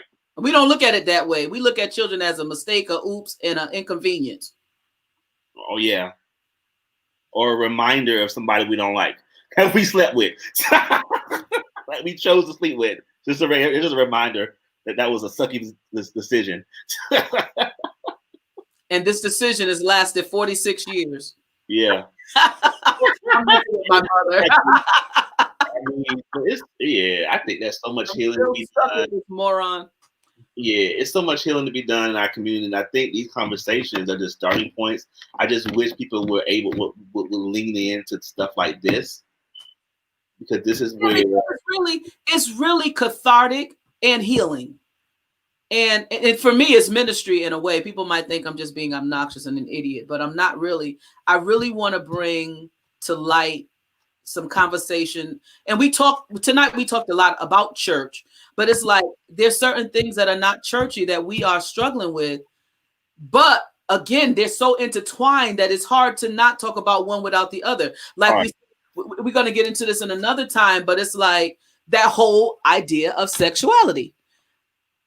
Everybody in church having sex, and nobody even want to talk about it. Nobody wants to talk about it. Whether it's the good kind or the bad kind. Rebuke. and make somebody stand up in the car and say, "I'm sorry that I got pregnant, and now I'm sorry." But you're not gonna make the guy who got me pregnant say, "I'm sorry," but you're gonna make the girl say it because you can see her, you can see that she's, you're not gonna make But that's cultural too, because we have a male-dominated leadership, right? And the woman is sub whatever you call it, subhuman or whatever. Because we had this, that wasn't too far removed. One of my best friends, she got pregnant when we were in our 20s, and she was the organist. They sat her down. The boyfriend was a drummer at another church, and he was drumming up until this present day. You see. So again, we have to talk about these things, and we have to begin to balance the scales. I think one of the reasons, other than the Bible says so, we having such I don't know if it's exodus of people from church, is because at the end of the day, however we're going to handle people and their sin has to be regulated and fair. It has to be in love. Like, I mean, I think God gave us he gave us the blueprint. Like, he was very clear. Mm-hmm. It can't be out if it's done outside of the confinement, and although love is very vast and wide, it's still like there are parameters, and we often do things outside of that. And we think we're gonna get results doing anything outside of what love is supposed to be like, and we get the opposite of what we get every time because we do it outside of love. We don't make the liar stand up and say you lied because you didn't pay your tithes. Right. Come on, Ananias and Sapphira. We don't do that. Yeah, we're very selective around salacious stuff. Like we point out the salacious stuff because it's the juicy stuff. It's the stuff that we all wish we were doing. Here. We point out because they doing it, and we mad because they doing it when we really want to be doing it too. So we making them feel horrible when we want to do it too, and we don't want to say nothing about it. Like, I want to have sex too. How dare you do what I want to do? How dare you have sex? And you look like you're having fun in your sin with that. And you are having a good time. Like, how dare you? How dare you give in to desires that I just wish nobody won't even talk to me to give in to those desires. You doing it, and I hate you because you're doing it. So I'm going to embarrass you for doing what I wish I could do. But that's what I was going to say. It goes back to the leadership, and the leadership has to have a heart for people, period.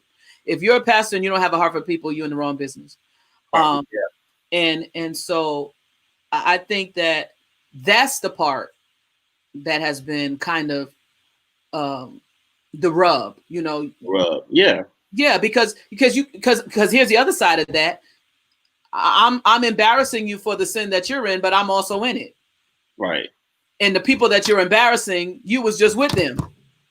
So that's like Jesus has given us a blueprint. Like, if we look at, like, I've been really, my focus lately has been really looking at how Jesus dealt with people, like on a very like human level.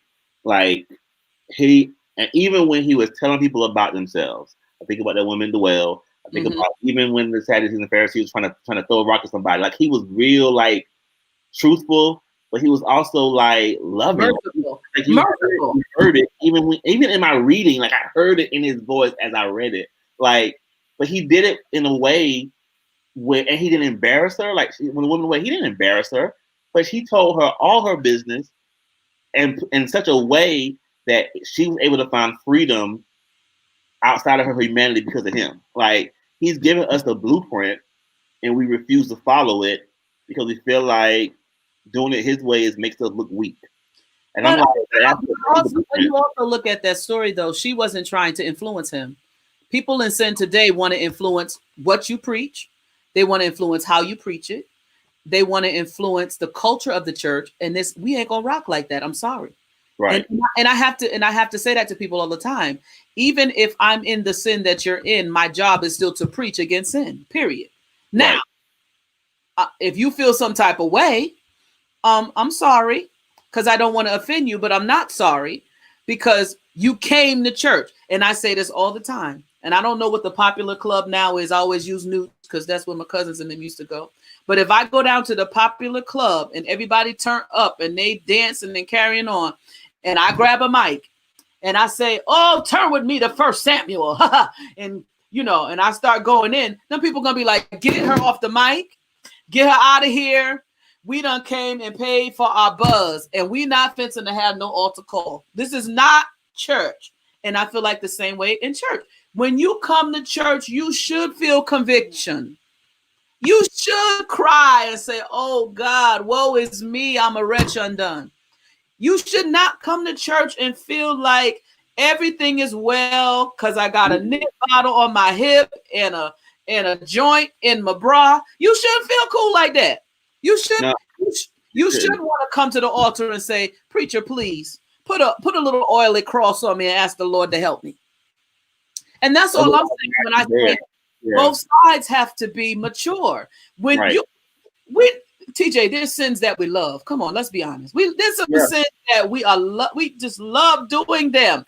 But it doesn't stop me from coming to church. It doesn't stop me from being the pastor. It doesn't stop me from wanting to help people. It doesn't stop me from going to the altar for others and myself, because that is what I'm called to do. And so is everyone called to. So they come and they get mad and, oh, you preaching against that and you saying that. Sweetheart, darling, you can do whatever you want, but you're not going to get to God in that day and say, she didn't tell me. That's what you're not fencing to do. Because Pastor T got her own issue she going to see the Lord for. Right. But you can't, but also one of the things that I try to tell people all the time, I tell people that I communicate with is like, why are you even like, you coming into a house of faith where you already understand what you already understand what the standard is.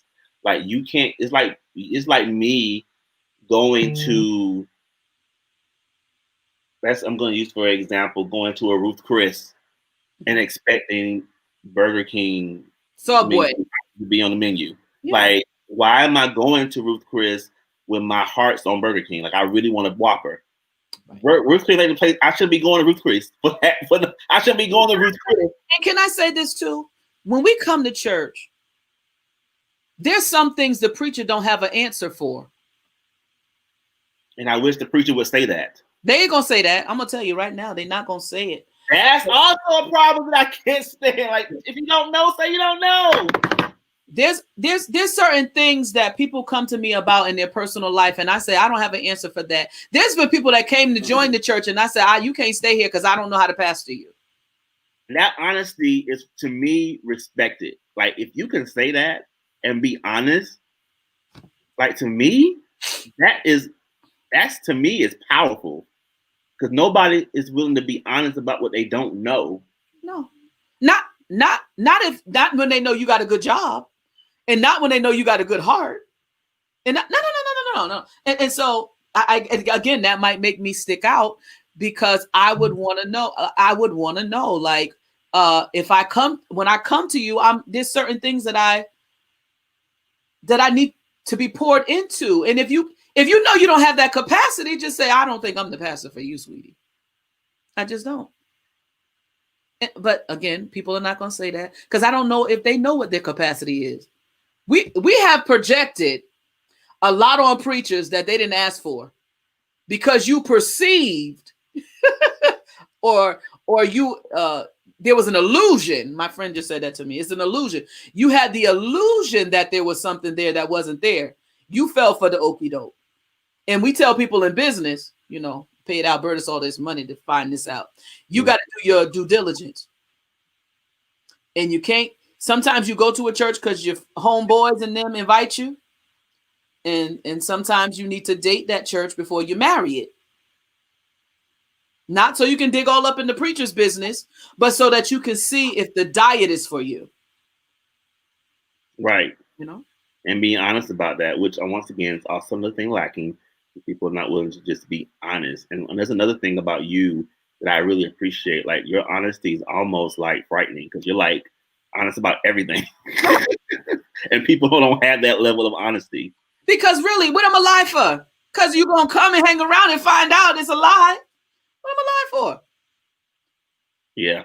I'm not going to fake, even within my church, I'm not going to fake perfection. I know how to live in a level of holiness that fits my gift. That's all I can say with that. People will make you think they wake up with Jesus. They lay down with Jesus. They go to the restaurant. Sometimes it's more intense than others because the Bible says he don't strive with us always. We don't walk in that place all the time. We human sometimes. We're human, and that's the part we don't want to. We don't want to deal with our humanity because we called and we're gifted. It's crazy. It's craziness. And that's the thing. I think that the generation behind us is looking back saying, we've seen too much of your humanity and not enough of your spirituality. And now we're gonna do our version of what you were doing, but it's without the integrity, it's without the leading of the Holy Spirit sometimes. I'm not saying that none of them got no Holy Ghost. I'm just saying it's just a different interpretation. When people start complaining to me about the amount of the homosexuality that's going on, I'm saying, oh, wait. Did y'all forget the last generation slept with the whole choir stand? Had a wife and a baby mama and a mistress in the same church? Oh, do y'all forget that? Because when perversion goes to the next generation, it takes on another face, but it's still the same thing. Still the same thing. Okay. So it's like you tripping off of the remix of the sin you initiated. See? Oh, okay. And you mad or no? Some people don't want to accept that. Like they don't accept the contribution that they made. And that's what I think that was my point when I said what I said on my post about the old generation sometimes being shady. That was really my point. I'm glad you said it the way you said it, because that was really my point. Mm-hmm. Like not everybody's doing that, because there are some people who are really like doing the work and doing things, but there are some people like who had a hand in why that person, like you had a hand in that, and you got to be honest about the fact you had a hand in that. Why you shading them? Because you got to be honest that, you know what, I helped produce that. Like I can't even be mad at it, because I kind of see where my hand is in it, and I think that level of honesty is missing as well. Because while there are TD Jake like people, there are a lot of people who are not, who actually even there's more people not right than are. What's his name? John Gray. Everybody's giving him a hard time, right? No, we ain't gonna kill John. We're not gonna kill him. But this is what I'm saying. They call him Baby Jakes. Right. But it's like at the same time, this guy started off as a comedian. I remember when he started out too. I remember how he started. Yep. You remember he was a comedian, and then I'm not knocking that, because most of us started off as musicians. We moved into being pastors. No knock. And he even admitted, like, he wasn't overly sexy when he was younger. No girls, no hits. And so I get it now. You have all this attention, you have all this money, but you are still insecure. You are still not whole. Now, is he a gifted speaker? I don't know. I don't really listen to him, but he might be. He must be doing something. He's on TV, maybe right place, right time. I don't know. But again, I'm sure he keeps making these messes. They calling him Baby Jakes. When he messed up the first time, he went to Reverend Jake's church and he was praying for him. I'm sure people like Bishop Jakes is like, son, you got to knock it off. You see? Mm-hmm. But again, who is his bishop? Do we even know this? Does he have a bishop? This is, we go back to that rogue thing. Is he at a point where he's like, I don't need you calling me. I'm John. We don't know, but I'm just saying, this is that rogue thing again. And who's gonna? What's that thing with the new crew say? Who gonna check me? Yeah. And this is an ideology in church. When I started my church, my roommate was like, "Girl, you don't need no bishop, please." I ain't gonna say where she from, Lord jeez, I almost messed up. They start churches all the time, and I said I will not start a church without a bishop. Will not. And so I had to be intentional about, first of all, finding someone that I felt like was in alignment for where God was trying to take me. And, I wanted them to be ahead of me in a lot of ways, economically, educationally, experientially. And I wanted them to be able to somebody I respected, like a marriage. I chose them to speak into me. I chose them to be able to check me. Right. But again, you have to want that. And does this generation really want to be better? Or know you need it. I don't even know if it's a want more than to know that you need it. Like if you know you need it, then you seek out what you need, especially if you are really about growth. I don't really want to work out, but I know I need to. Come on. You don't want that water at all. I want a sweet tea from McDonald's, and I'm being honest. But I know I need, like, people don't actually pay attention to their needs, really, for real. Like, we don't really pay, because because I think, like, you don't always want what's good for you. You don't. Vegetables? You don't. Come on, nobody wants vegetables. So, and I think that's a part of the issue that we have too. Like, we don't really want it because it means that we got to give up we got to give up things that we might not really want to give up. Like, and we want those things more than what we need, more than we have a desire to get what we know we need. And it kind of, and that sacrifice piece is also another point that, it's a whole other conversation. But we really got to, I think for me, just understanding that in order for me to live, I got to give up sometimes what I want, because I know what I want. I want some wings. I want some pizza. I want a Big Mac. I want a Whopper. I want some fries. I want the Chinese chicken. I want all of that. But I also know what that's gotten me. So, and I think as a culture, we don't recognize that what we've been doing and what it's gotten us. What not showing up to vote, what that's gotten us. What not fighting for education equity for our children and what that's gotten us. Not understanding what all these social programs are designed to do and that's what they're actually doing to our communities. And we haven't even tried to figure out how to reverse that ridiculous cycle of those things. Like, we don't have that mentality to even look at and analyze our own mistakes along the way and what we've accepted and allowed and not tried to put, and how it has gotten us. Like, that's why I often say we have the America we deserve right now. I think we do. I think we do, because of because not enough of us has analyzed the mistakes enough to be like, this ain't been working for us. Let's do something different. I think that's a great place to end tonight. And this was a great conversation. I love it. Again, that was powerful what you just ended on. We have to be able to assess what we're not getting out of the relationship that we created. And that was powerful. But if y'all came on late, I'm sorry. Y'all have to catch us next week. I love this. Thank you for inviting me. Yeah, listen, this is what it's all about. And yeah, that was powerful. That was real good right there. I'm just gonna leave it alone because we'll be on here a whole another time. Y'all, we thank y'all so much. If you're still on, I see a couple of you still on here. Like and share. We thank y'all for being with us tonight for another Tia's Talking session. Thank you, Mr. TJ Bussey, for putting that into perspective for us. And we'll see you next week. We're off.